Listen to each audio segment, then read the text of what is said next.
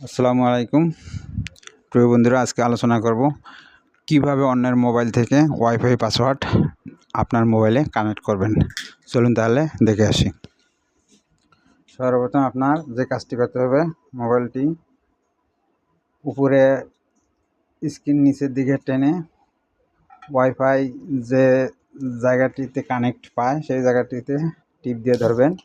ধরার পর নিচের দিকে দেখবেন মোর ওয়াইফাই সেটিং, এখানে ক্লিক করবেন। ক্লিক করার পরে